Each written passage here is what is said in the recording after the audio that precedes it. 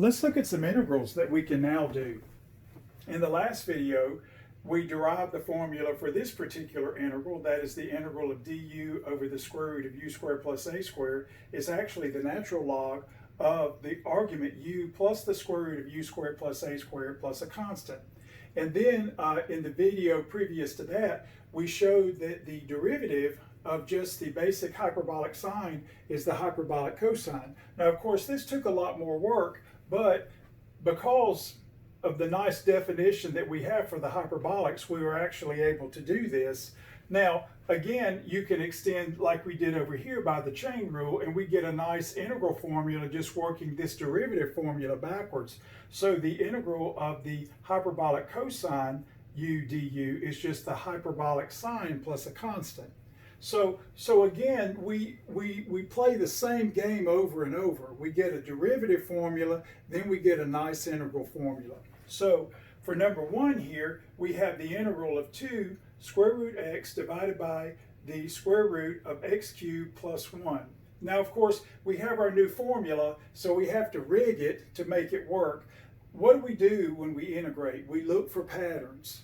And if we don't see patterns, then we try that really awesome technique called miscellaneous substitution, which can really transform an integral into something we can deal with. But in this particular case, we certainly look at this and think that we've got this form. So first, what we want to do is write everything as squares. So we write x to the third as x to the 3/2 squared. And of course, 1 is just 1 squared. So now what we can do is think, oh, okay, we need to pull the square root over, because if we let our u be x to the 3/2, then the derivative there will give us 3/2 times the square root of x. So this is almost table ready. Notice I went ahead and extracted the 2, and I've noted the fact that a is 1. So this does fit this particular integral formula, but now we need to adjust it a little bit.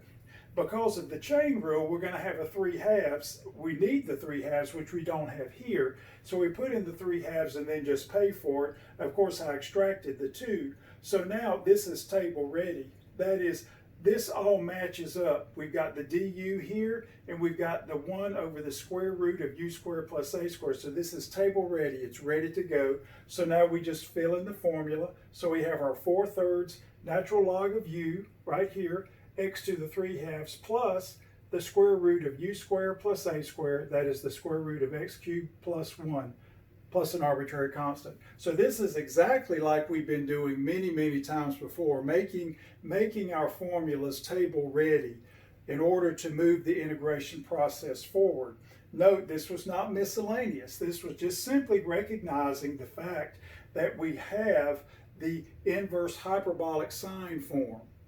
And again, I want to really make the point here that we prefer the logarithm antiderivative as opposed to the inverse hyperbolic sine notation, because again, this gives you a way to evaluate that's more user-friendly. It's certainly not incorrect to write it the other way, but this is certainly more user-friendly with the evaluation when we need to do that.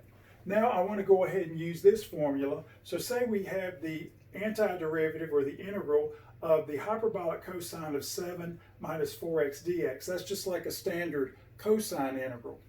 But now, instead of getting the negative or getting a negative over here, we have nothing. That is, first we want to make this table ready. The chain rule is going to give us a -4, so we don't have that, so we put that in, and of course we pay for it. And so now, good to go. This matches here. That is, we have cosine u, we have du, exactly what the formula says. So we push it through, we have -1/4, and then we have the hyperbolic sine of 7 minus 4x plus an arbitrary constant. So really, we're not doing any different techniques as far as integration is concerned. What we're doing is we're expanding our formulas.